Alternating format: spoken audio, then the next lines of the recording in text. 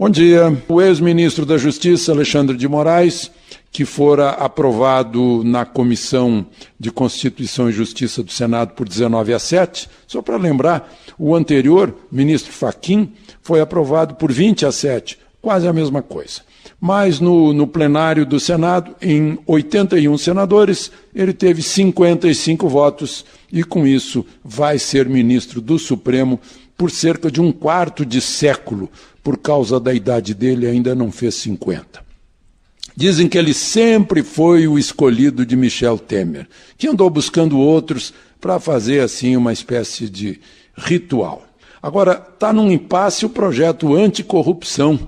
Lembram o projeto de 2 milhões de assinaturas inspirado pelo Ministério Público?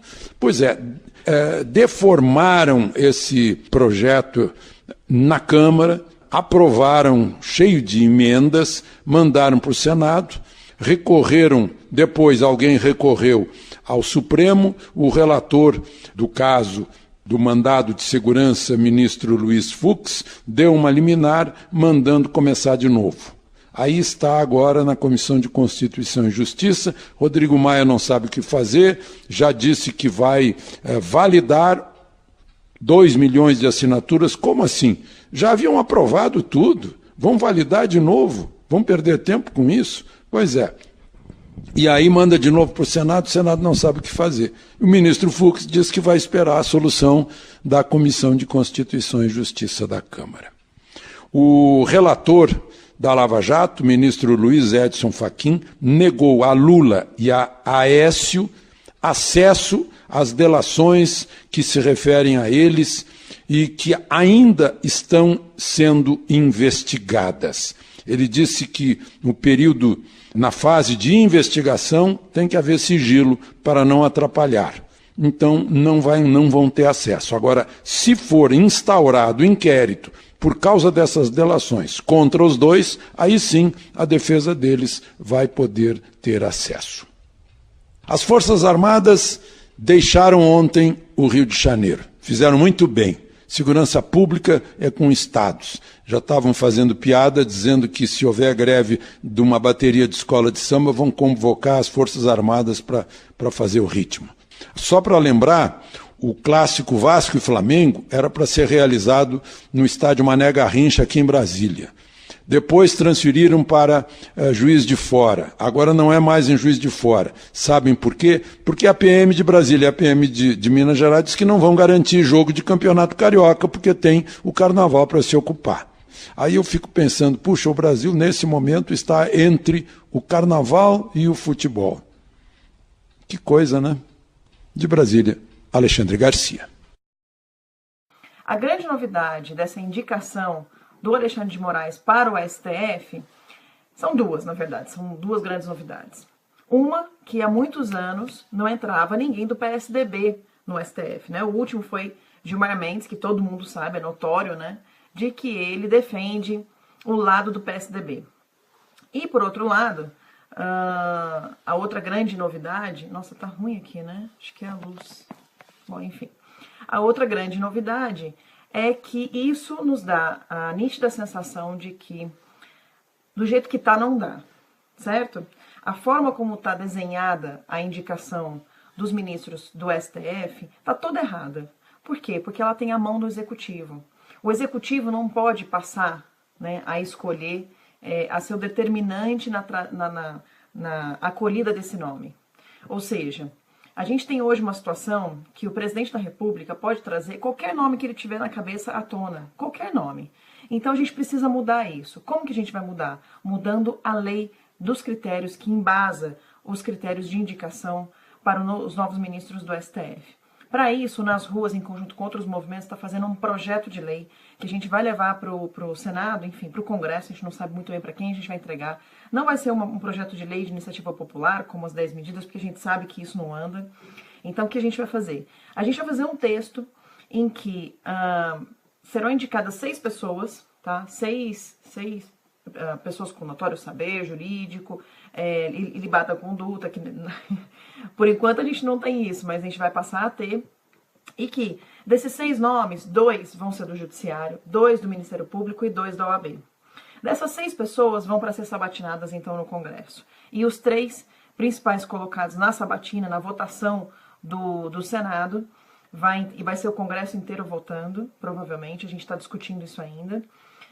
Vai então os três melhores nomes para o presidente da República escolher. Ou seja, você tira um pouco da figura do presidente, aquela coisa de, no universo de X juristas de todo o Brasil, ele tem que escolher um, porque aí ele sempre vai escolher um que seja partidário e que defenda os interesses deles no STF.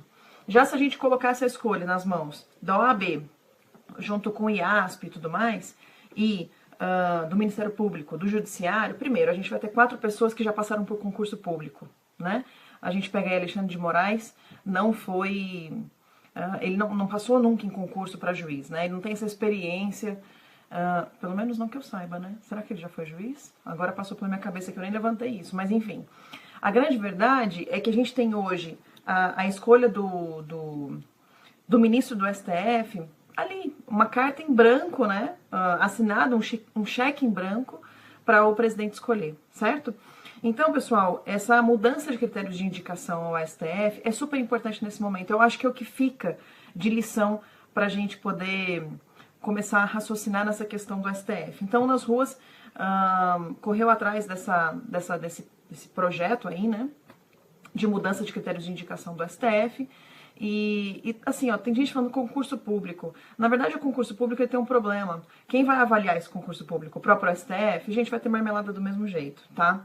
Porque se você colocar isso na mão do STF para decidir, você vai ter sempre iguais lá dentro. Você não vai ter a diferença lá dentro. O mais importante nesse momento é a gente começar a mudar as pessoas que estão ali. Né? Você tem todos os juízes hoje são de esquerda. Aliás, o primeiro juiz que entra, que é um pouco de direita, é o Alexandre de Moraes, que apesar de ter todos os problemas, né, envolvimento lá atrás com o PCC, é do PSDB, notoriamente do PSDB, mas ele é contra algumas coisas que a esquerda tem feito há muitos anos. Então a gente tem um ministro que, por exemplo, abomina o MTST, né? Esse novo ministro, pelo menos tem isso de bom. Outra coisa que ele tem de bom, que também não dá pra falar só coisa ruim e tragédia, né? É que ele é favorável à prisão em segunda instância. Bom, todo mundo sabe que eu adorava, né, e queria muito que fosse o Dr. Ives Gandra Martins, que esse sim tem uma conduta super transparente, imaculada, né, e a gente sabe que ele seria um nome muito bom, né, mas, enfim, perdemos dessa vez, perdemos a batalha, mas não perdemos a guerra, então nós temos que mudar esses critérios de indicação ao STF e precisamos de vocês para isso, tá bom? E outro negócio, né, o que uma pessoa acabou de falar aqui, todo esse blá blá blá, sabatina, tudo isso daí é para preencher o tempo, porque todo mundo sabia que ele ia ser aprovado, né, assim como o Fachin foi lá atrás também. O lado bom é que ele já está entrando esperto de que a população está de olho, a gente não está mais assim, quietos e calados como era antigamente, ou seja, da indicação do Fachin para cá, a gente começou a mostrar que... Ai, caramba, fixei um comentário aqui que não era pra ter fixado, mas enfim. De um tempo pra cá a gente começou a mostrar que a gente tá ativo e vivo pra tudo isso, certo? Então, pessoal, eu acho que dia 26 de março, uma das maneiras que a gente tem que levar pra rua é essa mudança de critérios de indicação do STF, tá? Não vamos esquecer de curtir e compartilhar o evento, tá? Tá publicado na nossa página, é só vocês entrarem lá e achar o evento nas ruas. Confirme sua presença, porque mais gente tem que ficar sabendo desse evento. Então, o lado ruim disso, da indicação do ministro da Alexandre de Moraes, né, para quem entrou agora, é o fato dele ser do PSDB, todo mundo já sabe disso, é o fato dele ter ali um histórico com o PCC, mas o lado bom é que ele é contra a esquerda, né, essa coisa toda de MTST, invasão de terra, etc. Ele é a favor do armamento, né, do fim do desarmamento, e ele também é a favor da prisão em segunda instância, manutenção da prisão em segunda instância. Lembrando, pessoal, que lá atrás, quando o Theory votou na prisão em segunda instância, não foi discutido o mérito, né? Foi julgado só a cautelar. E agora será discutido o mérito dessa prisão em segunda instância. E esse voto do Alexandre de Moraes vai fazer toda a diferença, porque estava 5-6, vocês lembram isso?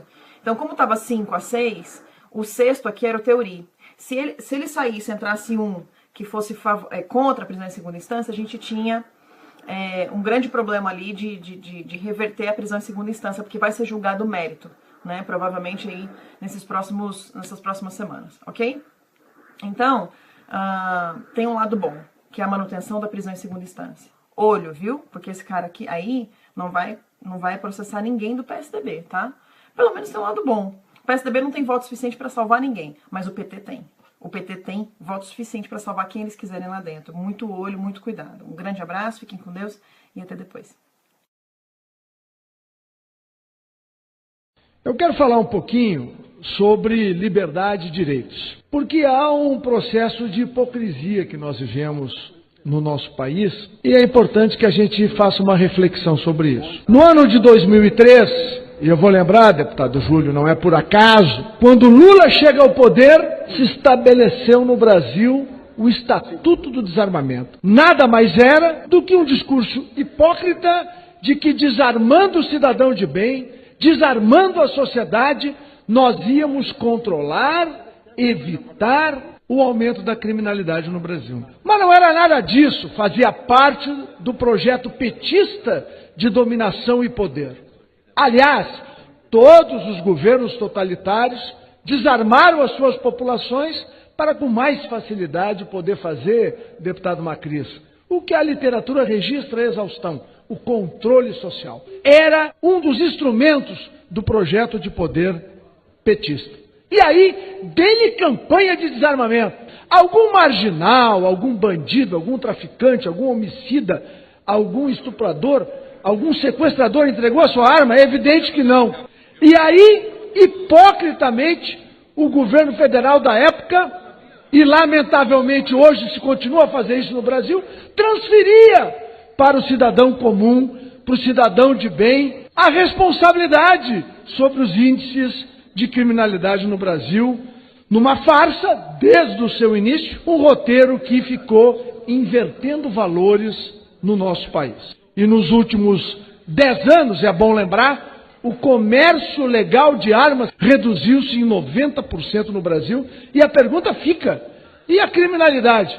Cresceu exponencialmente no Brasil. Nós ainda vimos o Estado dar a garantia ao bandido de que o cidadão ou a cidadã não tem capacidade, nem nenhum instrumento para proteger a sua vida, a sua família, a sua integridade ou o seu patrimônio.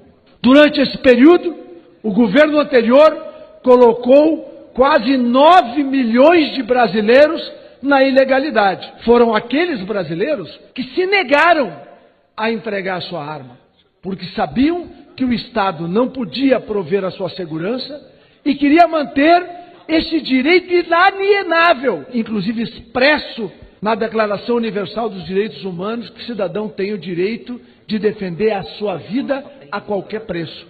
Bem maior de todos nós. Este ano faz 12 anos do referendo.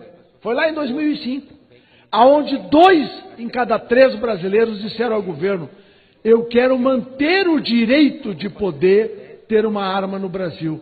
E o que fez o governo Lula, o que fez o governo Dilma? Ouvidos moucos. Chega desta hipocrisia. Então, já que nós estamos livres do ranço petista, eu faço um apelo a todos os parlamentares, ao presidente dessa casa, à mesa diretora da casa, de que a gente possa dar andamento ao projeto 3722 do nobre deputado Rogério Peninha, que revê a questão do Estatuto do Desarmamento, dá condição à sociedade a poder recuperar aquilo que foi a vontade do brasileiro. Mais de 65% da população disse que queria manter o direito à legítima defesa. A liberdade do exercício desse direito é algo que nós juramos defender na Constituição. E cá para nós, nenhum governo tem o direito de garantir ao bandido que nós não podemos reagir. Nós temos que ter o direito de defender a nossa vida e das nossas famílias. Veja também os outros vídeos do canal e deixe seu comentário. SeuTube. Notícias, humor, diversão, informação. Inscreva-se no canal e deixe seu like se gostou.